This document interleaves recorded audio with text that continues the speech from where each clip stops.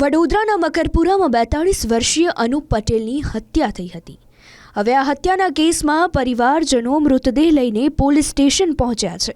Police સમક્ષ ન્યાય અપાવવા માટે માંગ કરી રહ્યા છે। પોલીસે હત્યા કેસમાં હાલ 3 આરોપીઓની ધરપકડ કરી છે। ત્રણેય આરોપી લોકોના રોષને જોતા હાજર થયા હતા। જો કે હજુ પણ 20 થી 22 આરોપીઓ પોલીસ પકડથી દૂર હોવાનું સામે આવી રહ્યું છે। ઉત્તરાયણના આગલા દિવસે અનુપની હત્યા કરવામાં આવી હતી। હજી સુધી અન્ય આરોપીઓ પોલીસ પકડથી દૂર છે। પોલીસ જલ્દી જ તમામ આરોપીઓને પકડવા આશ્વાસન પણ આપ્યું છે। ત્યારે પરિવારજનોનું શું કહેવું છે, આવો સાંભળીએ। अगर कोई इंसान अपने घर पे रहता है तो ऐसे लोग आके चले जाए मार के, तो नान बच्चे लेके लोग अपने घर पे कैसे रहेंगे।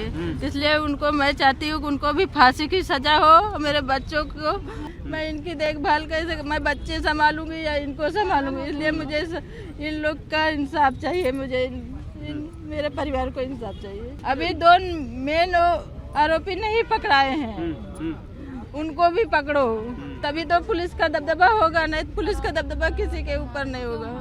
एम्बुलेंस में वो मेरे पापा है, उनको एक छोटे से झगड़े के लिए मार दिया। उन्होंने की क्या गलती थी, बोला उन्होंने कि क्यों मारा उनको, उसके लिए जान से मार दी क्या कोई भी। मेरे से भी यही मांग है कि उनको फांसी होनी चाहिए, जो 20 के 20 लोग थे, और कोई मांग नहीं है मेरी। अभी तक सिर्फ 3 लोग को पकड़ा है, पूरे 20 लोग थे, ऐसा बड़ी मम्मी बोल रही है। और सीसीटीवी की फुटेज है वो भी नहीं दिखा रहे हमको।